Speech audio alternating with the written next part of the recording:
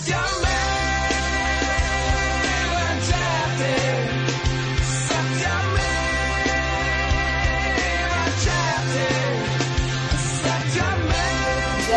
welcome to another episode of Sloka Satymevjayate.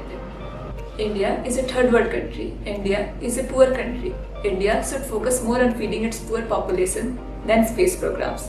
These are some common criticisms that we have been getting by the Western critics for our space programs. In 2023, Indian government allocated an amount of 12,500 crores to ISRO. Spending all that amount on ISRO is justified when we have a significant amount of our population living below poverty line. To discuss this issue, we have Akriti from State 7.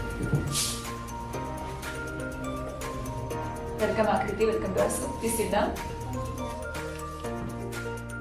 Okay Akriti, so what is your opinion? Is allocating money to ISRO justified?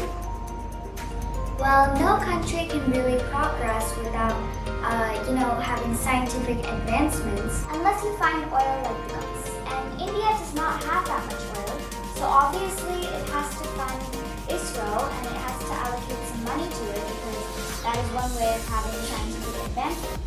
And it's not like we're not ensuring that our people are safe or that they have good welfare. There are a lot of welfare programs going on, welfare schemes that are ensuring that the poor get food, that people have enough money to survive, and etc. But there are some arguments. They say that instead of spending money on space exploration, we should deal with the citizens living within the borders of our country. What do you think about that? Well, in my opinion, it's not an either do this or do that situation. I feel like we can do both at the same time. And we can both care for our people and fund ISRO so that we can progress. Because if we don't, how will we progress? And some facts that I'd like to bring everyone's attention to is that ISRO is creating jobs, and that's also really helpful in this situation. Yes, Akriti, you're right. The satellites, the rockets, they're not making themselves up. We need workforce to make them. So yes, it is boosting our manufacturing industry.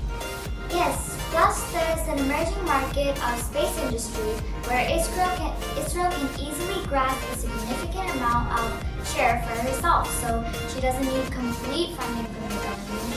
It can just take some from the emerging market. And they can earn money for the country.